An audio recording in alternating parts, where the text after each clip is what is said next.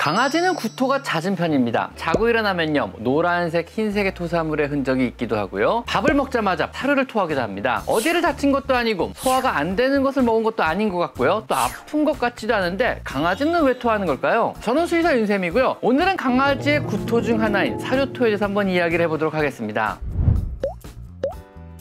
우선 강아지는요, 우리 사람에 비해서 왜 그렇게 자주 쉽게 토하는 걸까요? 강아지의 입은요, 사람과 달리 소화기관이 사실은 아닙니다. 사람은요, 입에서 음식물을 충분히 씹어 1차 소화를 시킨 후에 바로 위로 음식물을 보내지만요, 강아지의 입은요, 단지 음식물을 위로 보내기 위해 찢어서 삼키는 한 가지 도구에 불과합니다. 그래서 일단 입에 들어온 음식물은요, 위로 보내고 위에 들어온 음식물이 만약에 소화에 적합하지 않다고 판단이 들면은요, 바로 구토를 해버리는 것입니다. 일단 입에 들어온 모든 것을 삼킨 뒤 소화를 잘 못 시키면 바로 구토 등을 통해 배출을 할 수 있도록 구토 중추가 우리 사람에 비해서 훨씬 잘 발달되어 있습니다. 이것이 현대의 우리 입장에서는요, 약간은 괴로울 수도 있지만은요, 야생에서 이것저것 사냥해서 먹고 살아가던 야생 강아지 시절에는요, 강아지의 생존 능력을 높여주는 순기능 중 하나인 것입니다. 두 번째는요, 사람의 식도는 수직으로 서 있어서요, 삼키자마자 바로 위로 들어가게 됩니다. 하지만 강아지의 식도는요, 수평으로 위치하고요, 식도의 근육의 수축 능력이 사람에 비해서 약간 떨어집니다. 그래서 사료를 삼켜도 실제로 위로 들어가는 데는 사람에 비해서 제법 시간이 많이 걸리게 됩니다. 우리가 가끔 보는 사료 알갱이가 그대로 보이는, 사료를 먹자마자 하는 기다란 거품이 섞인 사료토는요, 사료가 위에 도달하기 전에 식도에 정체되어 있던 사료 알갱이들이 다시 나오는 것입니다. 마치 기침을 하듯이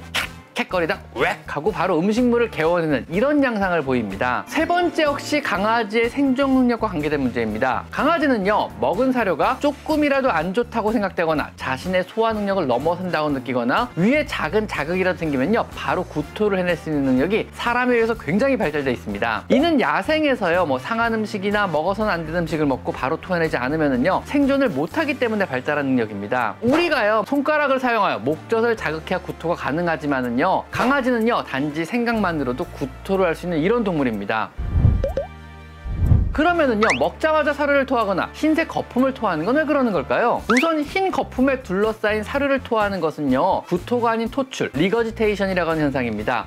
욱욱거리면서 배를 격하게 움직이다가 웩 하고서 내용물을 토해내는 것이 아닌 미처 위까지 못 넘어간 식도에 정체된 사료를 이러면서 배출해내는 이런 현상인 것입니다. 사실 구토와는 조금 다릅니다. 이런 사료토의 원인은요, 너무 급하게 먹어서 그런 경우도 있고요, 잘 맞지 않는, 소화하기 힘든 혹은 지나치게 자극적인 사료를 인해서 토하는 경우도 있습니다. 또한 밥그릇의 위치가 지나치게 낮은 경우 과하게 고개를 숙이고 먹게 되고요, 이 경우에 공기를 같이 먹게 되는 경우도 있습니다. 혹은 식도염 등으로 식도가 손상되어 식도의 자극으로 토출을 하는 경우도 있습니다. 사실 이런 종류의 사료토는요, 위나 소화계 이상류만 상관이 적어서 구토 후에도 식욕이 대부분 정상이며 활력 또한 정상인 경우가 대부분입니다. 반복적으로 계속 사료토를 하지 않는다면은요, 굳이 병원에 데려가실 필요도 없습니다. 만약 이런 사료토를 반복적으로 자주 한다면은요, 식기를 조금 높게 한 10에서 18cm 정도로 높게 올려주세요. 고개를 덜 숙이고 먹어서 사료를 먹을 때 공기를 덜 먹게 됩니다. 또한 너무 급하게 먹어서 사료토를 하는 것 같다면은요, 슬로우 식기 같은 요철이 있는 식기를 사용하여 강아지가 사료를 조금 천천히 먹게 유도하는 것도 도움이 됩니다. 만약 이런 방법으로도 개선이 안 된다면요, 그때는 사료를 바꿔보세요. 의외로 사료가 맞지 않아서 사료토를 하는 경우도 종종 있습니다. 조금 더 소화하기 편하고 대기업에서 만든 조금 더 대중적인 사료를 추천드립니다. 이런저런 방법을 사용함에도 불구하고요, 사료토를 자주 한다면은요, 그때는 식도의 염증이나 위의 염증 혹은 기생충 등의 질환이 있을 수도 있기 때문에 동물병원에 방문하여 치료를 한번 받아야 될 수도 있습니다.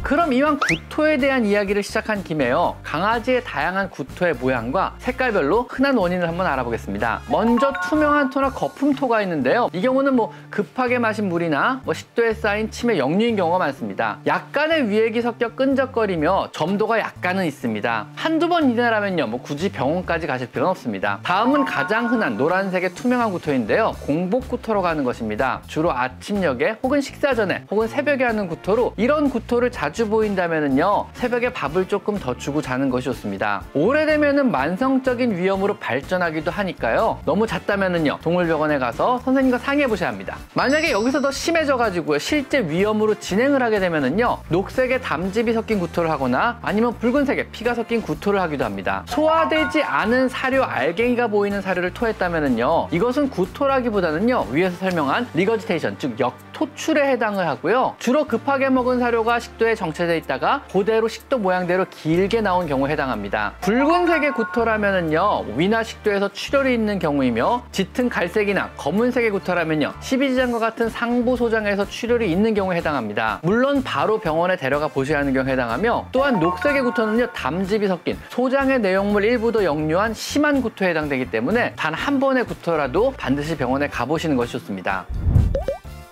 혹시 자주 토하는 강아지는요, 어떤 경우에 병원에 데리고 가봐야 하고 또 어떤 경우는 조금 지켜봐도 되는 걸까요? 한 번 구토 후에 식욕이 정상적이라면은요, 집에서 조금 더 지켜보셔도 됩니다. 일주일에 한두 번 정도 구토한다면은요, 일단 사료를 바꿔보시고 지켜보셔도 좋습니다. 그래도 동일한 증상을 보이면요, 그땐 병원에 데리고 가보셔야 합니다. 구토 후에 모든 활력이 정상이고요, 식욕 역시 정상이라면요, 역시 집에서 조금 더 지켜보셔도 좋습니다.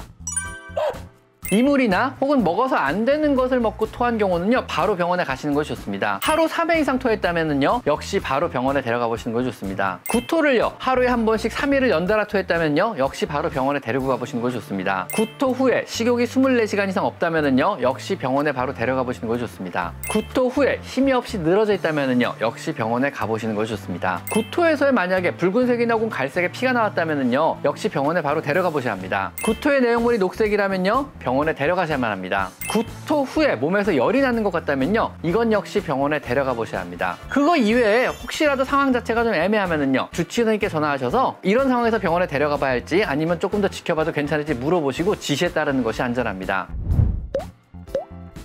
오늘은요, 강아지의 사료토를 주제로 한번 말씀을 드려봤습니다. 강아지가 사료를 토한다면은요, 어떻게 해야 할지 정리가 조금 되셨나요? 저녁 식사 맛있게들 하시고요. 저는 다음에 조금 더 재밌는 주제로 찾아뵙겠습니다. 자, 오늘은 여기까지 강아지 상담소였습니다. 감사합니다.